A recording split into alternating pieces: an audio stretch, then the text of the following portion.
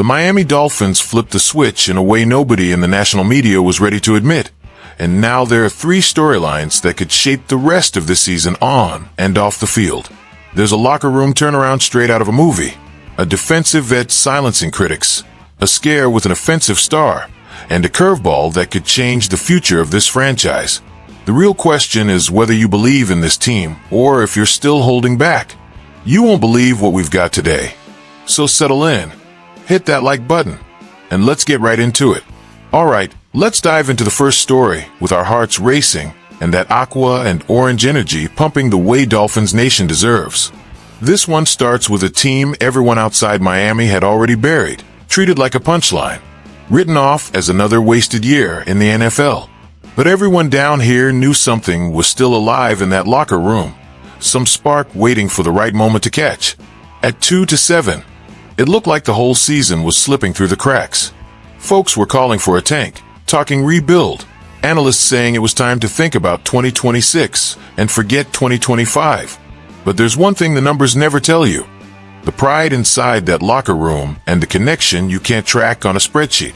That's when this group shut the door, stood tall, and said, "Not here, not yet." The turnaround started quietly in practice rooms and film sessions, far from the spotlight, with criticism swallowed and ignored. Then, almost without the media noticing, the Dolphins stacked win after win, rolled into December as one of the hottest teams in football, and steamrolled the Jets 34-10, playing like they had a message to send to the entire league. That performance wasn't just a score, it was a statement. The defense flew around, the offense played with swagger, the sideline was electric, and the head coach talked openly about a special bond, a group that chose belief when nobody else did. That's how you reshape a franchise, not with fancy plays, but with mindset. When a team that was 2-7 climbs to 6-7 and jumps right back into the AFC playoff mix, that tells you everything about why this locker room is earning respect. ESPN can talk about the tiny odds and the less than 1% projections, but the field is telling a different story. And the truth is nobody wants to face a team playing loose, confident, and with nothing to lose, especially when that team is rocking aqua and orange and out to silence everyone who wanted mass firings back in October. And while we're all losing our minds over this midseason resurrection, there's still a lot more going on, including an unlikely hero who stepped up when the star went down and turned a scare into a spark for this final stretch. In the middle of this Dolphins rebirth, there's one part of the field that went from chaos to cornerstone: the secondary. Back in the spring and into camp, the cornerback situation looked like a full-on emergency, with injuries, uncertainty, roster cuts, and fans wondering who was going to hold it down when the pressure hit.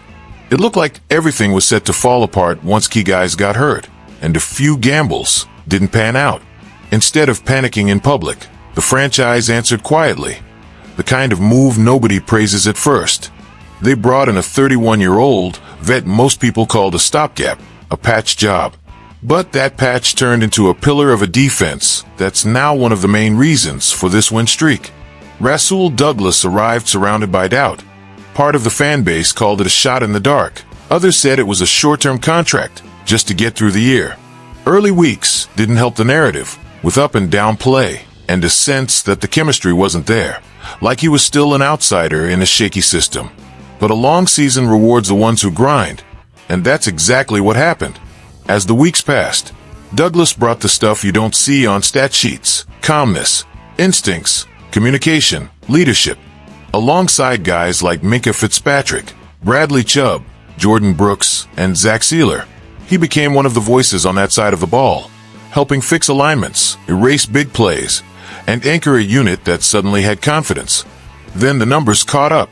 Through 13 games, he stacked tackles, a sack, pass breakups, and 2 massive interceptions on back-to-back weeks, both in critical moments, both flipping momentum and control. One against the Saints turned into points before halftime. The other against the Jets killed a drive in the end zone and kept the scoreboard safe. Those are the kinds of plays that separate pretenders from playoff hunters. In a tight AFC race, every safe possession is half a win, and Miami is surviving now because the defense stopped giving up those painful third-down touchdowns that used to break them. That changes how the offense plays, how the coordinator calls games, even how the fans breathe, because when the offense stumbles, the defense can still hold. And that brings us to the debate that's heating up. Does Rasul Douglas deserve an extension? From stopgap to long-term candidate, he's putting pressure on the front office at a moment when they can't treat him like a rental anymore. Paying a 31-year-old vet is risky, but letting go of a productive leader in the middle of a cultural shift might cost way more. And that's not even the biggest twist of the day. Because when you look at the offense, there was a scare that froze the entire fan base, followed by a response that shows just how ready this roster really is. If you want proof that this team has changed emotionally, look at what happened with Devon Achane against the Jets and how Miami handled it. In the middle of a dominant win, when everything felt under control, we got the moment nobody wants to see. Your star running back walking off with a rib injury. Fans held their breath. Fantasy managers panicked, and everyone wondered if the season had just taken a hit it couldn't afford. Achane isn't just another piece. With Tyreek Hill out for the season, he became the explosive heart of this offense. The guy every defense has to worry about the moment he lines up. The good news is that even though he didn't return after the hit, the word inside is clear. It's not a nightmare injury. It's not something that changes careers, and Mike McDaniel made it clear that if the game had gotten tight, Achane would have gone back in. Holding him out was strategic, a message that this team isn't thinking just about Sunday. They're thinking about December, the final push, keeping their most dangerous weapon ready for the stretch run. And think about what that means in the context of this season. After starting 2-7 with everyone calling the year dead, Miami ripped off 5 wins in 6 games, climbed to 6-7, and cracked the door open again on a playoff conversation. Losing your top offensive playmaker right now would have felt like the dream. Collapsing. Instead, the story flipped. Achane leaves, Jalen Wright steps in, and has the best game of his career. Over 100 yards, more than 20 carries, and a touchdown. Running like he'd been waiting all season for this moment. That changes everything about how we view this backfield. Before, it felt like if Achane went down, the plan went down with him. Now it's, if Achane is healthy and Wright is confident, Miami has a duo that can grind down any defense in December. And it doesn't stop there. Even the rookie Ollie Gordon left his mark with key runs and a touchdown, turning what used to be a thin room into one of the most reassuring parts of the roster. Strategically, that gives McDaniel freedom to protect the quarterback, control the clock on the road, hold leads, and avoid relying on desperate third and long throws with the season on the line. For the fan base, the message is simple. The scare was real, but the response showed this Dolphins team is deeper, tougher, and way more prepared than people thought.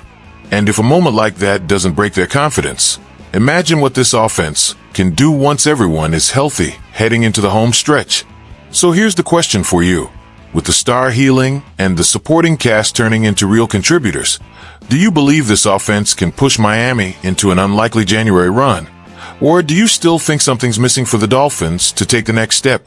This is the moment where we take a breath, look at everything we just covered, and realize that even when people wrote the Miami Dolphins off as a lost cause, this roster answered with work, attitude, and personality on the field. The climb from 2-7, the rise of a veteran nobody trusted, and the way the offense handled the Achane scare all point to one thing. This isn't just a team fighting for respect anymore. It's a franchise trying to elevate. Now it's your call. Does this Dolphins team deserve extensions for the guys delivering? A full vote of confidence from the fan base? Or even more pressure for immediate results? Drop your take below, because this debate is about to heat up. And if this video fired you up, hit that like button, subscribe, share it with that friend who still doubts this team, and turn on notifications, because tomorrow we're back with more raw Dolphins analysis, right here with the Nation.